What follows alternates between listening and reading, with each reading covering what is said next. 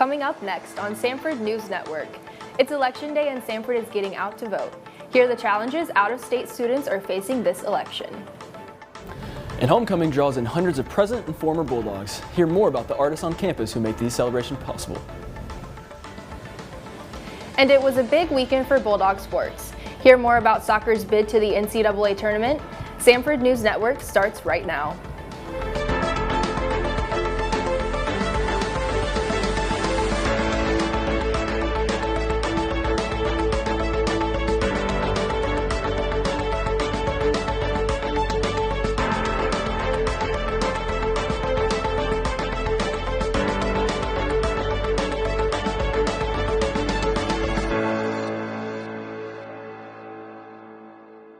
Hello and welcome to Samford News Network. I'm Chris Todd. And I'm Lindsay Cagle. Thanks for joining us.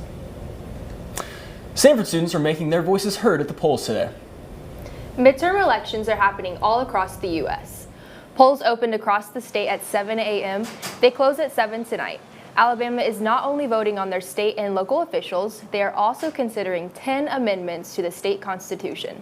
These amendments include changes to election procedures, an increase in funding for statewide internet access, and more discretion for judges to deny bail for violent criminals. And here are the details on the major offices open for voting today. In the U.S. Senate race, Republican Katie Britt is making to look history as the first woman elected to the U.S. Senate from Alabama. She faces Democrat Will Boyd. This seat was left open when GOP Senator Richard Shelby retired this year. In Alabama's governor race, incumbent Republican Kay Ivey faces Democrat Yolanda Rochelle Flowers. Libertarian Jimmy Blake is also on the ballot. In the lieutenant governor race, Republican incumbent Will Ainsworth faces Libertarian Ruth Page Nelson. Alabamians will also consider State Attorney General, Secretary of State, State Treasurer, State Auditor, Agriculture and Industries Commissioner, and district and county races. For all the latest election news, follow us on Instagram at SNN Samford. If you're using an absentee ballot, you need to turn it in today. But some Samford students say they're confused by the deadlines for their states. The deadline to mail an Alabama absentee ballot is noon today. However, each state has its own deadlines for absentee voting. To check your state's deadlines, visit vote.org and search absentee ballot deadlines. Some states require ballots to be sent prior to Election Day, while others allow them to be postmarked by a certain time on Election Day. Be sure to cast your ballot and make your vote count. One political issue widely debated across Alabama, and especially on Samford's campus, is abortion. This week, Samford professors discussed how Americans debate this hot-button issue. Wednesday's forum addressed the Notre Dame's McGrath Report. The report is based on 200 interviews with Americans. It shows the diversity of American thinking on abortion. Samford faculty, including Jonathan Davis, Elizabeth Dobbins, Megan McKelsley, Leanne Reynolds, Reverend April Robinson, Chuck Stokes, and Jennifer Ellis West, participated in the forum. Despite holding different views, the faculty agreed conversations about abortion need to attach every belief with someone's story. They also stressed the importance of respect when discussing sensitive political and religious issues. The sociology department hosted this event. They say they hope more conversations like this will continue in the future. This weekend was homecoming at Samford. Hundreds of alumni, students, and future Bulldogs came to campus to celebrate. Homecoming events began last Thursday and wrapped up with the football game against VMI on Saturday. Each college, as well as many organizations on campus, held tailgates. Many prospective students toured campus this weekend as well. Even with the rainy weather, attendees say it was a great time to catch up with fellow Bulldogs. Fans filled the stadium to cheer on the Bulldogs after a 30-minute weather delay. The Bulldogs beat VMI with a final score of 34-15. The homecoming court was also recognized this weekend. Seniors Peyton Langford and Ellen Conley were crowned homecoming king and queen. They were announced at a pep rally Thursday and recognized at halftime of the VMI game. Langford says it's a memory he'll never forget. I was kind of surprised. I wasn't expecting to win, so it was really fun. There are a total of 6 seniors in the senior class on homecoming court. Congratulations to all involved. One of the iconic moments of homecoming is the raising of the banners. But as SNN's Andrew Simonson shows us, these works of art have special meaning for the artists as well. Homecoming is a celebration of many things: fall, friends, football, and all of the things that make Samford home. These are some of the themes that inspired this year's homecoming banners. Every year, Samford organizations create original artwork to celebrate homecoming. Those are painted on the banners and put on display for the school. Emily Morgan worked on AOPI and Lambda Chi's banner and enjoyed the design process. We kind of sketched everything out on like one afternoon, kind of just everything pencil, and then we took 2, maybe 3 nights and kind of just started painting. Took a couple hours. It was definitely a lot of work, but it was a lot of fun in the process doing it. Kind of just played some music, jammed out, so yeah, it was fun. Previously, the designs went on large boards in Ben Brown Plaza. This year, they were displayed in the cafeteria and at the tailgate. SGA Press Secretary Callie Morrison liked how everyone was working together. Everyone loves the boards a lot, and it's a pretty cool bonding experience just out on Ben Brown. But the banners were something different, and they were a little bit more like close quartered, so it was fun to just like be in the room with the same people and just like talking to them as they painted. Most of all, everyone was happy to be a small part of a great tradition. Yeah, I think it just showed that AOPI really supports Samford and football, and it showed that we could work really good together with Lambda Chi, and it was just fun to be represented up with all the other banners. For SNN, I'm Andrew Simonson. Zeta Tau Alpha won the banner contest this year. Friday is Veterans Day, and Samford officials say they want to help Samford honor those who have served. The Veterans Day service will be held at Sherman Circle at 11 a.m. There will be a luncheon afterward hosted by President Beck Taylor and his wife for veterans and their guests. Reservations are required for the luncheon. Samford is getting a new sorority for the first time in 7 years. Panalytic announced Kappa Delta will re-establish its Delta Theta chapter next year. It was previously active from 1968 to 1985. Kappa Delta joins 6 other national Panalytic sororities on campus. Still to come on Samford News Network. The homecoming victory over VMI continues the Bulldogs' undefeated conference streak, but find out why it was Coach Hatcher and not a player who won this week's game ball.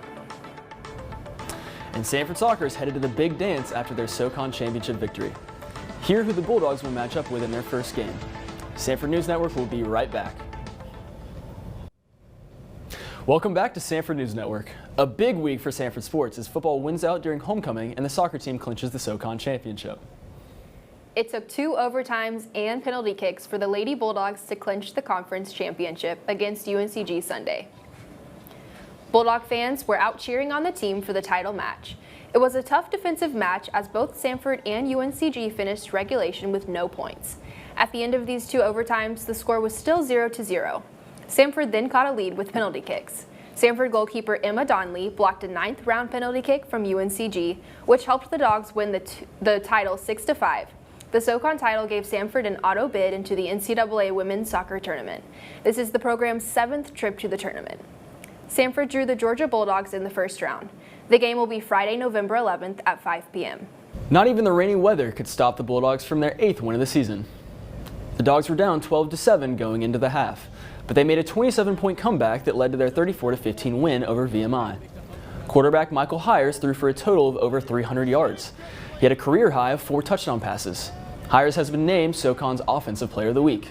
But the win wasn't just a big one for the quarterback. It was a historic victory for Coach Chris Hatcher. Hatcher moved past Pat Sullivan for the most wins in school history with 48.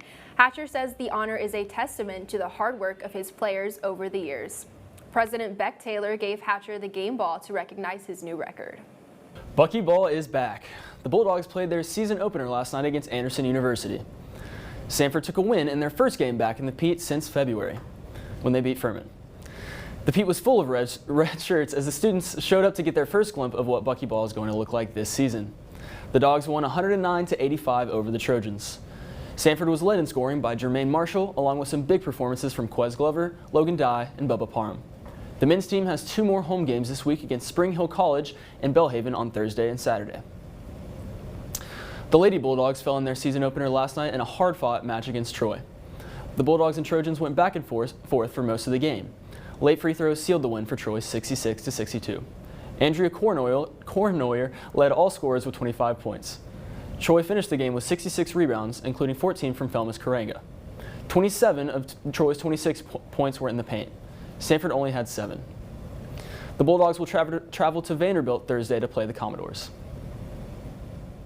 Both men's and women's basketball teams say they need your help in getting Bulldog ready this season.